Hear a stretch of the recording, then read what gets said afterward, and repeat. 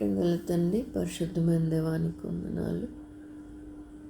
ప్రేమ గురించి అనేక సంగతులను నా ముందుకు తీసుకొచ్చిన చిన్న తలంపు బిడ్డలతో పంచుకుంటుండగా సాయం చేయి. ఆత్మ నడిపింపు దయచేయమని బ్రతిమాలతో యేసు నామంలో ప్రార్థిస్తున్నాను తండ్రి, ఆమేన్. ప్రేమా ప్రేమా ప్రేమా ప్రియుడవు నీవే, ఆనందమానందమే ఆనందమానందమే.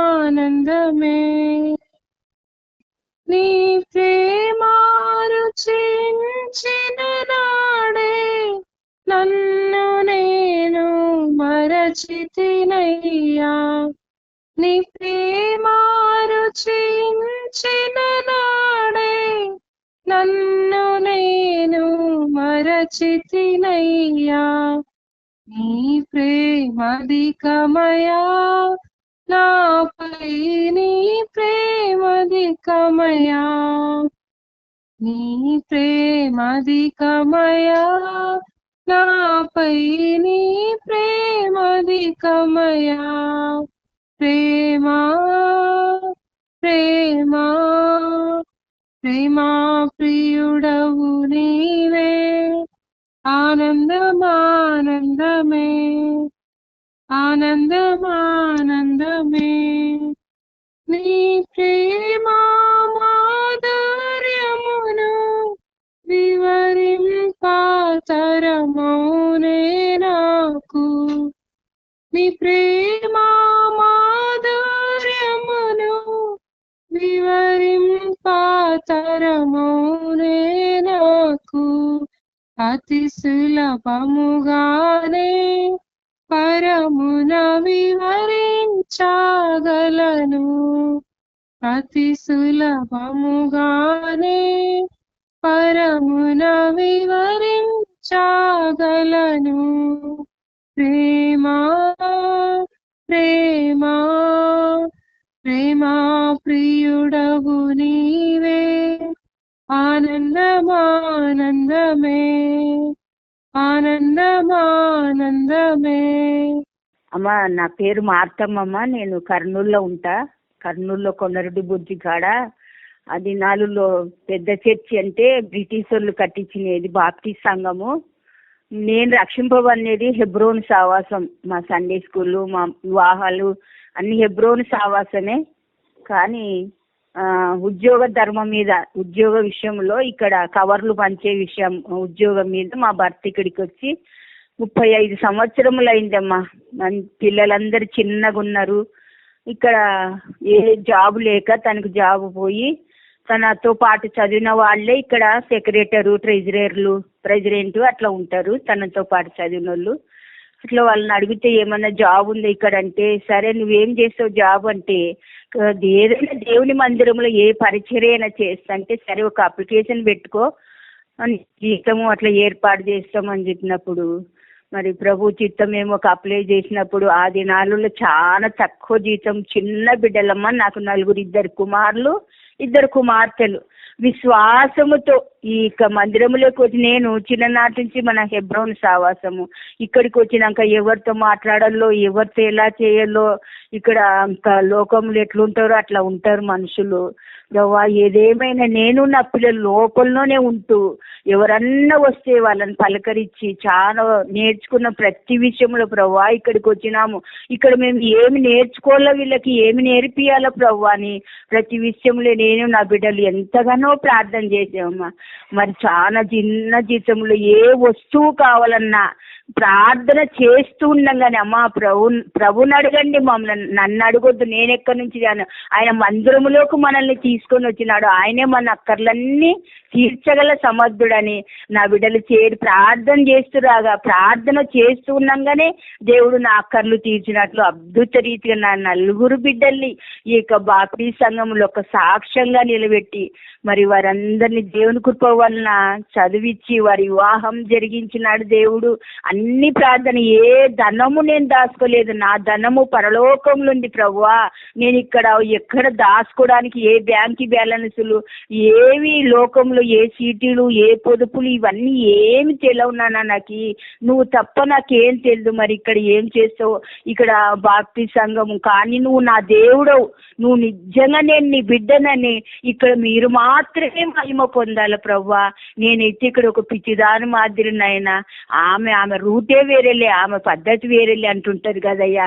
మరి నాయనా నువ్వే మహిమ పొందాలని, నా పెద్ద బిడ్డ వివాహ విషయంలో కూడా అయితే నా దగ్గర ఏమాత్రము డబ్బు లేదు నాయనా. మరి ఇక్కడ పెద్ద పెద్ద డాక్టర్లు, ఇంజనీర్లు ఇక్కడ పెళ్లి చేసుకుంటారు నాన్న.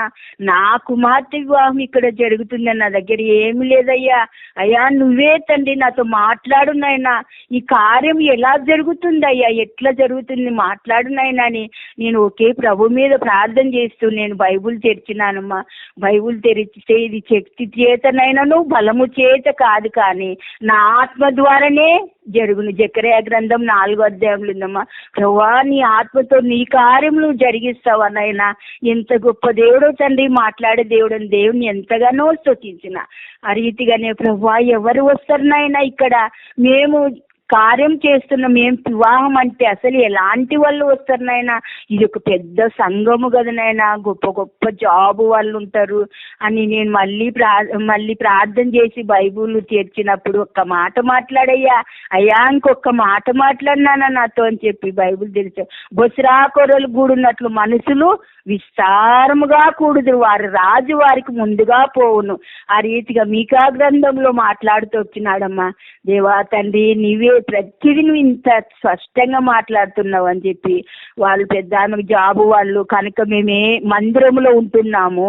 వాళ్ళ ఇంట్లో సంతానం లేదు, వారికి కుమార్తెకి వారి కుమారునికి. కానీ మా పాపని, మా పెద్ద కుమార్తెని వారు అడుగుతొచ్చినప్పుడు అయ్యా మీరు జాబు ఉన్నోళ్ళు మా దగ్గర అయితే ఏం లేదమ్మా, మీ ఇంటి ఆశీర్వాదము, మీ ప్రార్థన, నువ్వు పిల్లల్ని ఏ రీతిగా పెంచుకున్నావో, నువ్వు ఎలా ప్రార్థన చేస్తున్నావు ఇక సంఘములో మాకు తెలిసింది కాబట్టి మీ ఇంటికి డబ్బు కోసము ఏదో బంగారు కోసం రాలేదమ్మా. మీ ఆశీర్వాదం, నీ ఇంటి ఆశీర్వాదము నాకు వస్తే చాలు అన్నట్లు ఆయన డిఎస్పీగా ఉంటూ నా ఇంటికి వచ్చి అడిగిన. అట్లయితే పర్వాలేదు నాన్న అని చెప్పి ప్రభు నా నోటిలో ఆ దినము పరిశుద్ధ దినము ఆరాధనకు వచ్చినాము ఒక పాట పెట్టినాడు, మన సియోని గీతాలున్నది ఒక పాట. ప్రభా ఈ పాట నా నోటిలో ఉంచినావు, ఎక్కడ పాడాలా, ఎప్పుడు పాడాలయ్యా అని చెప్పి నేను అనుకుంటున్న సమయంలో అనుకోకుండా వాళ్ళు వచ్చి మా ఇంటికి రావడం జరిగింది, కూర్చున్నారు. ప్రభా ఇందుకేనా మరి నా నోటిలో ఈ పాట పెట్టినావని వాళ్ళందరినీ చైర్ల మీద కూర్చోబెట్టి నా కుటుంబం అంతా, నా బిడ్డలు, నేను కింద సాప వేసుకొని అమ్మా మనం ప్రభువుని మహిమపరుస్తాం, ఫస్ట్ ప్రభుకి స్థానం ఇస్తాం అని చెప్పి కింద సాప వేసుకొని వాక్యం ఈ పాట నా దేవుడు నా నోటిలో పెట్టిన ఈ పాటను పాడి బైబుల్ చదువుకొని ప్రార్థన చేసుకొని వారితో మాట్లాడడము జరిగిందమ్మా. ఆ రీతిగా అద్భుత రీతిగా వాళ్ళు మాకి పైసలు ఇచ్చి మా కుమార్తెను వారి ఇంటికి తీసుకున్నప్పుడు దేవుడు అద్భుత రీతిగా సంవత్సరం లోపల పాపనిచ్చినాడు. ప్రభా తండ్రి మరి వారి ఇంటిలో మరి సంతానం లేదు కదా నాయన. పెద్ద కుమారునికి 12 ఏళ్ళైంది, మరి కుమార్తెకి 17 ఏళ్ళైంది వాహమై. ప్రభా ఏంటి తండ్రి అంటే ప్రకటన గ్రంథం 22 అధ్యాయము 3వ వచనములో మాట్లాడుతున్నాడు, శాపగ్రస్తమైనది ఇంకా ఉన్నని ఇక మీదట ఉండదు అని. ప్రభు ప్రతి విషయంలో ఈ పిచ్చి దాంతో చదువు లేని జ్ఞానం లేని దాన్ని కానీ ఆ రీతిగా బిడల ద్వారా మాట్లాడుతూ వచ్చి ఈ సంఘంలో నా కుటుంబాన్ని ఇప్పుడు 35 సంవత్సరములు అయిందమ్మా ఇక్కడ వచ్చి ప్రభు మహిమార్థమే నా కుటుంబము, నా బిడ్డలందరూ ఆత్మీయంగా ఎదుగుతున్నారు. పెద్ద ఆమెకు వివాహం, పిల్లలైనారు. 2వ బాబు హోంగార్డు, ఆయమ్మ నర్సు, కోడలు. మరి పాప ఆదోన్లో ఉంటది బియూలా, 2వ బిడ్డ పేరు బియూలా, ఆమె జిఎన్ఎం నర్సు. అల్లుడు బ్లడ్ బ్యాంక్ లో పనిచేస్తుంటాడు. మరి 2వ బాబు హోంగార్డు, కోడలు నర్సు. మరి చిన్నోడు లాస్ట్ ఓడమ్మా చిన్న కుమార్ పేరు ఆయన భార్య ఎస్తేరు, ఆమె టైలర్ పని చేసుకుంటుంది మందిరంలో. ఇంకో తండ్రి పరిచర్యను కొనసాగిస్తున్నాడమ్మ. ఇక్కడ తండ్రి పరిచర్యను కొనసాగిస్తున్నారు. గత దినాల్లో చిన్న రూమ్ ఇచ్చిన వారు ఈనాడైతే దేవుడు పెద్ద ఫంక్షన్ హాల్ కట్టి అందులో మాకు మంచి వసతి అన్ని ప్రవ్వా, ఎవరన్నా దైవ సేవకులు వస్తే నా ఇంటిలోకి పిలిచి సేద తీర్చుకోవాలా, నాకు ఒక రూమ్ ఇవ్వనైనా అని ఎంతో కాలం నుంచి ప్రార్థన చేస్తారాగా ఈ దినాలలో చక్కటి నాకు ఒక రూమ్ ఇచ్చి ఏ దైవ సేవకులు ఏ సేవకురాళ్ళు వచ్చినా నా ఇంటిలోకి పిలిచి అట్లా ఆహ్వానం ఇచ్చి దేవుడు నా ఆశ నేను ఏదైతే ప్రభు సన్నిధిలో మొరపెట్టినానో నాకు అవన్నీ ఈనాటికి కూడా నేను ఏదైతే ఈ పిచ్చిదాని తిక్కోదాని మాట ఎన్నికలేని నా మాట ఎంత ప్రేమనైనా నీకు ఎంత దయగల దేవుడు తండ్రి, మునిపే అక్కర్లు తీర్చే దేవుడు, ఆశని తీర్చే దేవుడు అని మరి ఈనాటి వరకు కూడా నా ప్రతి విషయంలో ప్రభువుని అడుగుతూ కుటుంబంలో ఇప్పుడు చిన్నోడికి లాస్ట్ అని 2 కొడుకులమ్మా, 2 కొడుకులు 5వ తరగతి పెద్దోడు చదువుతున్నారు రిచర్డ్, 2వ తరగతి రియాన్ ప్రకాష్ 2వ తరగతి చదువుతున్నారు. అందరికి బిడ్డలేరని నాకు 10 మంది మనమళ్ళు మనమరాన్లమ్మా. నా వయసు ఇప్పుడు 65 సంవత్సరములు. ఇంకా ఈ శేష జీవితం కూడా ప్రభుకు నమ్మకంగా బ్రతకాలా అయ్యా, ఇంకా ఏ పని చేయలే, ఎవరికి నీ ప్రేమను చాటాలా అని చెప్పి నా ఆశ తల్లి. నాకైతే దేవుడు మంచి ఆరోగ్యం ఇంతవరకు ఇచ్చినాడు. నా కుటుంబం అంతా ఇంకా ఆత్మీయంగా ఎదగాల, ఆయన రాకల్లో ఎత్తబడాలని ఆశ. నాకు ఇచ్చిన ఈ శ్రేష్టమైన సమయాన్ని బట్టి మీ అందరికీ దేవాది దేవునికి వందనాలు చెల్లిస్తూ ఈ సాక్ష్యాన్ని ముగిస్తున్నామా. ఆమేన్. ప్రేమ గురించి చాలా చోట్ల చాలా వచనాలు కనబడతాయి కదా. ముఖ్యంగా మనకు దైనందిన జీవితంలో ఒక్కొక్కరు ఒక రకమైనది ప్రేమ అనుకుంటారు. అవతల వాళ్ళు ప్రేమించట్లేదు, నేనే ఎక్కువ ప్రేమిస్తున్నాను ఇతరులని, వాళ్ళు ద్వేషిస్తున్నారని అనుకుంటూ ఉంటాం.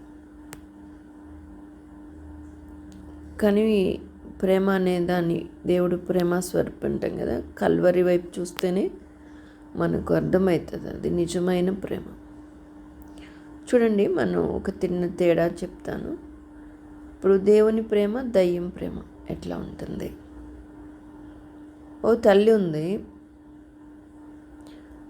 ఎట్లా ఉంటుందంటే పిల్లలు రాగానే బయట నుంచి వస్తారు, జాబ్ చేసి నుంచి వస్తారు, చదువు నుంచి ఎక్కడో హాస్టల్ నుంచి వస్తారు, పిల్లల్ని బాగా తిండి పెట్టి బాగా రెస్ట్ తీసుకుని అయినా అని ఇంకా వాడికి ఫ్రీడమ్ ఇచ్చి వాడిని బాధ పెట్టకుండా వాడు సెల్ ఫోన్ చూసుకుంటే సెల్ ఫోను, ల్యాప్టాప్ చూస్తే ల్యాప్టాపు, లేకపోతే బయట ఫ్రెండ్స్తో ఫుల్ ఫ్రీడమ్ ఇచ్చేసి అదే ప్రేమ అనుకుంటారు చాలామంది. అది కాదు కదా ప్రేమ అంటే. అంటే నేను నా బిడ్డను బాగా చూసుకుంటున్నాను, ఇష్టమైంది వండి పెడుతున్నాను, వాడికి కష్టం కలిగించట్లేదు అనుకుంటున్నాం, కానీ వాడిని పాడు చేస్తున్నాం అనేది మనకి ఎరగకపోతా ఉన్నాను. అంటే అది నిజమైన ప్రేమ కాదు. అది ఏంటి నిజమైన ప్రేమ? మనకు తెలుసు కదా, సామెతల గ్రంథంలో పగవాడు లెక్కలేని ముద్దులు పెడతాడు, మేలును కోరి స్నేహితుడు గాయం చేస్తాడు, మేలును కోరి గాయం చేస్తాడు. యేసు ప్రభువుని దయ్యంని రెండింటిని చూసుకోండి. యేసు ప్రభువు మనకు గాయం చేస్తాడు తన దగ్గరికి రావాలని. మరి ఆయన ఏమన్నా మన మీద కోప్పగించేవాడా? మన కోసమే తన ప్రాణమే పెట్టినవాడు, తండ్రి నుండి వేరైపోయినవాడు, తనకు కలిగిన ఐశ్వర్యం ఘనత అన్నీ విడిచిపెట్టినవాడు. కానీ తన ప్రేమ ఎట్లా ఉంటుంది అంటే ఊరికే పంపు కొట్టేటట్లు, పొగడతలు పొగిడేటట్లు ఉండదు. అర్థమైందా? పొగడతలు ఇచ్చకపు మాటలు మాట్లాడేటట్లు యేసుప్రభు ప్రేమ ఎక్కడైనా చూసినారా? అలా ఉండదు. ఆయన బిడ్డల ప్రేమ కూడా అట్లా ఉండదు. కానీ వాళ్ళు ఎట్లా ఉంటుంది? నిండుగా ఉంటుంది ప్రాణం, ప్రేమ.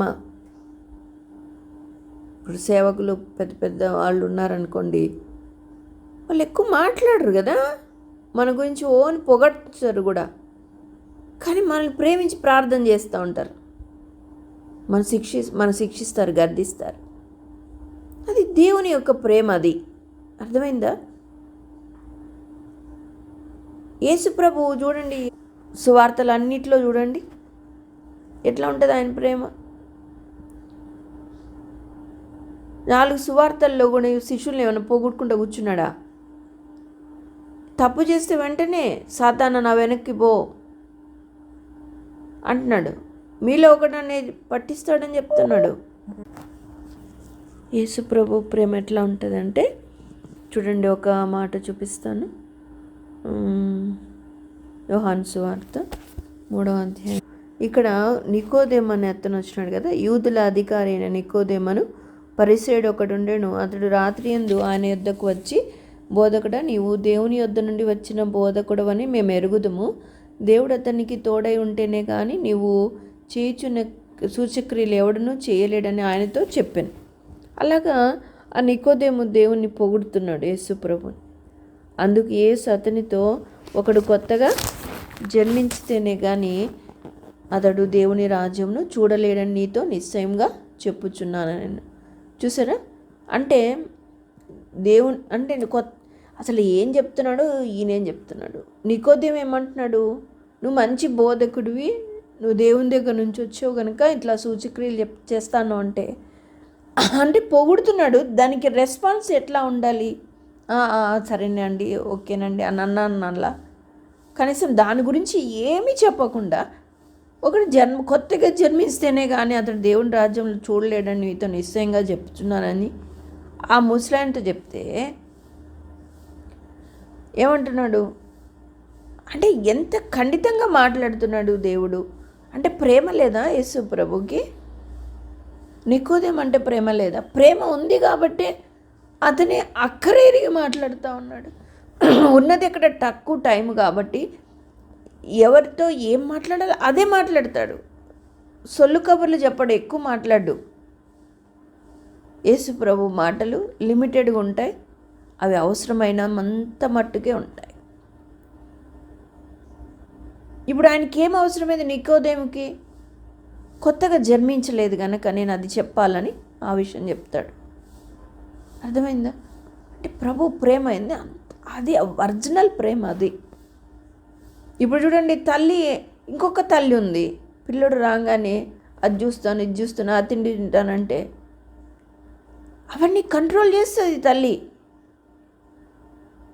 అంటే ఆమె ప్రేమ లేదా? వండి పెట్టలేకనా? వీళ్ళు మళ్ళీ హాస్టల్ పోయి ఆడ క్రమశిక్షణలోకి వాళ్ళు చెప్తారు కదా, మీరు ఇంట్లోకి పోయేసరికి తల్లులు మీరు ఎట్లా చేస్తారో కానీ మళ్ళీ వాళ్ళని పిల్లల్ని సరి చేసుకోవాలంటే మా తలకాయ ప్రాణంతో వస్తూ ఉంది అంటారు. వాళ్ళని అట్లా చేసిస్తారు, అట్లా గోముగా. సామెతల గ్రంథం ఏముంది? తను నిజంగా నీవు కుమారుని ప్రేమిస్తే ఏం చేస్తావు? శిక్షిస్తావు. ఆ గాయం చేసే దెబ్బలు ఏం చేస్తాయి? అంతరంగంలో చూచి ఆ మాలిన్యాన్నంతా తుడిచేస్తాయి,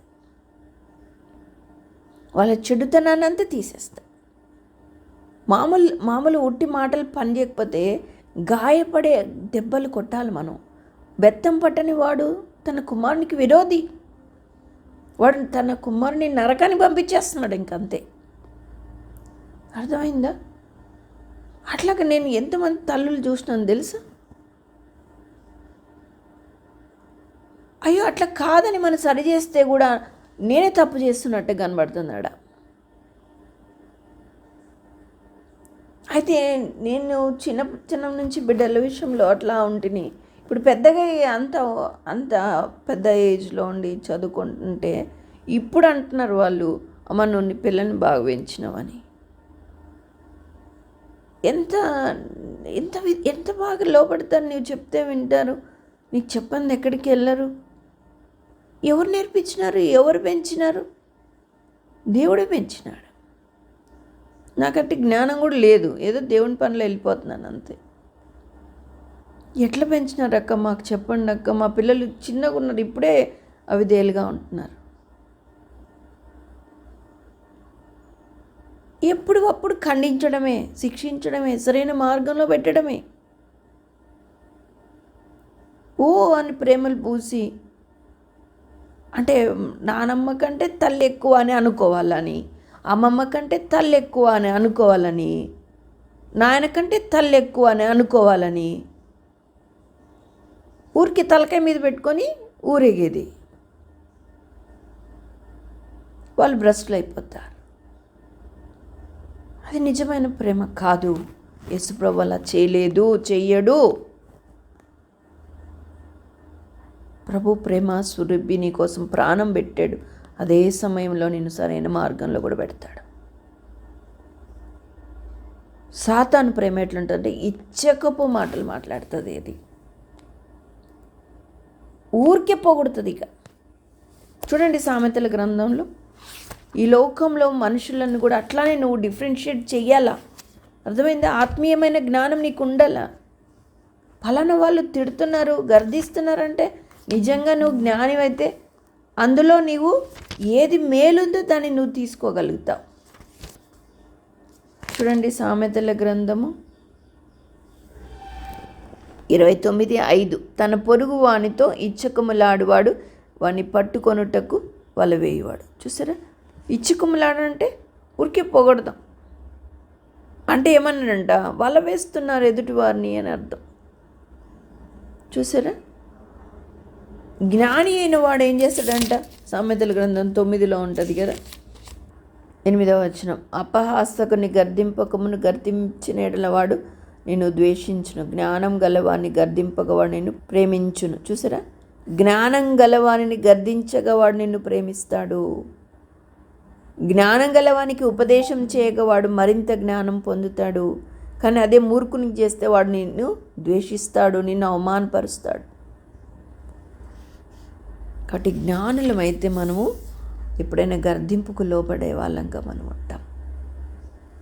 మూర్ఖులమైతే దానికి వ్యతిరేకంగా మనం ఉంటాం.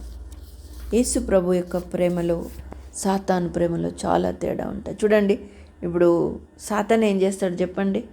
మనకి ఎంత ఇష్టమో పాపంలో పడిపోవాలంటే, అది చూడాలంటే, చెడ్డ మాటలు వినాలంటే, అసలు ఇంకా చెప్పలేం లేదు. సినిమాలకి పోవాలంటే, సినిమాలు చూడాలంటే, చెడ్డవాళ్ళతో స్నేహం చెల్తాయి. మనిషికి ఎంత ఇష్టం చెప్పండి? ఎంత శరీరము కోరికలు మన మన మన ప్రాణాత్మ దేహాలు అవి కోరుకుంటూ ఉంటాయి. అవన్నీ చేయనిస్తుంది సైతాను. Free free free. ఎంత ప్రేమో దానికి మనం అంటే కదా. యేసుప్రభు వద్దు వద్దు వద్దు అంటూ ఉంటాడు. ప్రేమ లేదా చెప్పండి? ఇరుకైన మార్గం ఎందుకు తీసుకెళ్తాడు ఆయన? అది చేయొద్దు, ఇది చేయొద్దు అంటాడు. అది ఖండిస్తాడు, ఇది ఖండిస్తాడు. ఎట్లబ్బా మేము బతికేది? ఇట్లా కొట్టుకోవాలంటారు. ఎట్లా? ఇట్లా అంటాడు యేసుప్రభు. ఎందుకంటే ఇరుగ్గా ఉంటుందని మార్గం. కానీ ఎక్కడ పోతుంది అది? దేవుని దగ్గరికి వెళ్తుంది. విశాలంగా ఉంటుంది. సైతాన్ మంచోడు కదా, ఏమైనా చేయొచ్చు వాడితో పోతే. కానీ పాతాళానికి వెళ్తుంది. లాస్ట్ డెస్టినేషన్ చూడు. కాబట్టి మన ప్రేమలో మన బిడ్డల పట్ల, మరి ఇరుగుపారి వారి పట్ల, ఇతరుల పట్ల కూడా అట్లానే ఉండాలి. యేసయ్య ప్రేమించినట్లు ప్రేమించాలి. నిజంగా నీ ప్రేమ ఉంటే. ఇప్పుడు నన్ను మంచిగా అనుకోవాలబ్బా, గ్రూప్ వాళ్ళని వాళ్ళు తప్పు చేస్తున్నా కూడా పోనీలే, వాళ్ళు తెలుసుకుంటారులే. దేవుడు ప్రేరేపిస్తున్నా కూడా చెప్పడానికంటే ఎట్లా ఏమన్నా అనుకుంటే ఎట్లాగా, నన్ను చెడ్డగా అనుకుంటారు కదా అని అనుకుని నేను చెప్పకపోతే వాళ్ళు సరి చేసుకోలేరు కదా. దానివల్ల వాళ్ళకి నష్టం కదా. అది నిజమైన ప్రేమేనా? కాదు కదా. నన్ను తిట్టుకున్న పర్లే, వాళ్ళు చేస్తున్న తప్పు వాళ్ళు ఎరిగితే చాలు. అలాగా దేవుని ప్రేమ ఉంటుంది. ఇప్పుడు నీకోదేమో తిట్టుకోడు, నేను ఇంతగా పొగుడుతుండే ఈయనేంది నా గురించి చెప్తాడు, నేను ఇంత పెద్దోని అని అనుకోవద్దు. యేసుప్రభు అట్లా అనుకోడు. ఆయనకి ఏది అవసరం అది చెప్తాడు. పేతురు అందరి ముందు సాతానా నా వెనుకకు పో అంటాడు. అందరి ముందు అంటాడు. కానీ పేతురుని పరీక్షిస్తాడు ప్రభు. అప్పుడు పరీక్షిస్తాడు 6 దినాల తర్వాత. అయినా కూడా పేతురు ప్రభుని విడిచి వెళ్ళిపోడు. ఆ గద్దింపుకు లోబడతాడు. తర్వాత పరీక్షించిన తర్వాత రూపాంతరపు కొండపైకి తీసుకెళ్ళి ప్రభు అక్కడ రూపాంతరం పొందుతాడు. 17వ అధ్యాయం మత్తయి సువార్త 17 16వ అధ్యాయంలో ఏమో చూడండి, ఆ మాటని మీకు చూపిస్తాను. ప్రభు గర్దించిన తర్వాత మరలా ఆశీర్వదించేవాడుగా ఉంటాడు, పరీక్షించేవాడుగా కూడా ఉంటాడు. మత్తయి సువార్త 16:23. ఆయన పేతురు వైపు తిరిగి, సాతానా, నా వెనుకకు పొమ్ము, నీవు నాకు అభ్యంతర కారణమై ఉన్నావు, నీవు మనుషుల సంగతులే తలంచున్నావు కానీ దేవుని సంగతులు తలంచవని పేతురుతో చెప్పాను. అట్లాగా ప్రభువు పేతురుని అందరి ముందే గర్దిస్తాడు.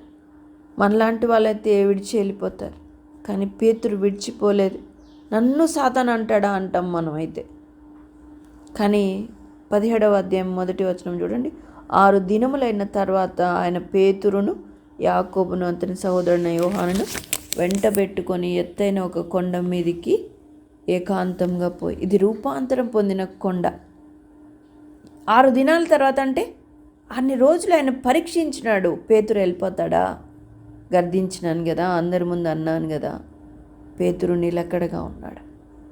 అర్థమైంది? మనకన్నీ ఇలాంటి పరీక్షలు వస్తాయి. ప్రభు అన్ని పరీక్షించేవాడుగా ఉంటాడు. కొన్ని కఠినమైన పరిస్థితులు తీసుకొని వస్తాడు, సంఘంలోనే తీసుకొస్తాడు. ఆ సంఘంలో అట్లన్నారండి, నేను పోనండి, మేమంటే ఇష్టం లేదండి, మాతో మాట్లాడరండి. ఇవన్నీ నీకు పరీక్షలు తెలుసా? నువ్వు నిలకడగా ఉంటావా లేదా అని పరీక్షలు నీకు దేవుడు పెట్టేవాడుగా ఉన్నాడు. దేవుడు పరీక్షించిన తర్వాత పేతురు గెలిచినాడు. అర్థమైందా? అది నాకు మేలుకరమే అని గుర్తించినాడు, కామ్గొన్నాడు. ప్రభుని విడిచిపోలేదు. ప్రభు ఇప్పుడు ఎక్కడికి తీసుకెళ్తున్నాడు?